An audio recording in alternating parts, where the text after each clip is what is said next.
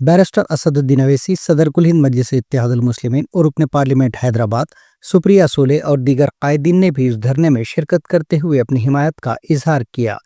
मुकर्रिर ने मुतालबा किया कि तेलंगाना असम्बली की जानिब से BC रिजर्वेशन को 42% तक बढ़ाने के लिए मंजूर करदा बिल को पार्लियामेंट में भी पास करके नाफिज किया जाए। इसके अलावा मुल्क भर में मरदमशुमारी के साथ साथ जात पात की बुनियाद पर मरदमशुमारी की जाए और 33% ख़वातीन की रिजर्वेशन में BC ख़वातीन के लिए सब कोटा मख्तस किया जाए। रिजर्वेशन लोकल बॉडीज में, एजुकेशन और एम्प्लॉयमेंट में बैकवर्ड क्लास को मिलना चाहिए। मैं ये समझता हूँ कि ये डिमांड जेन्युइन है।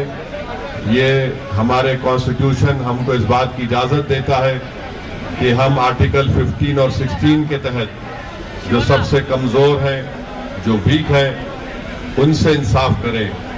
आर्टिकल 14 में भारत का संविधान जिसको बाबा साहब अम्बेडकर ने बनाया, वो आर्टिकल 14 ये कहता है कि इक्वालिटी की बात जब होती है तो सब्सटेंटिव इक्वालिटी की बात होनी चाहिए।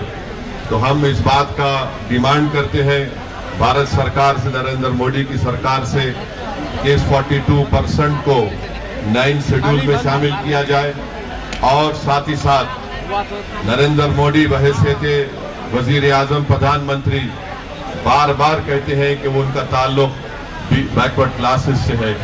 तो हम उनसे ये डिमांड करते हैं कि वो अपनी इस मोहब्बत को दिखाएं, भारत के पार्लियामेंट में एक बिल को लाएं और 50% रिजर्वेशन के कैप को ब्रेक करें, उस सीलिंग को ब्रेक करके इस मुल्क की 80% आबादी से वो इंसाफ करें।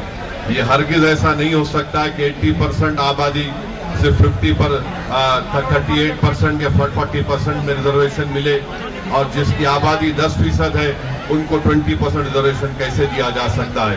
तो मैं अपनी पार्टी की जानिब से इस डिमांड का पूरा सपोर्ट करता हूं और आपको ये बात बताना जरूरी समझता हूं कि कैटेगरी B, C और E में भी कई ऐसे मुसलमानों के बैकवर्ड क्लासेस भी हैं जिनको भी इससे फायदा पहुंचेगा।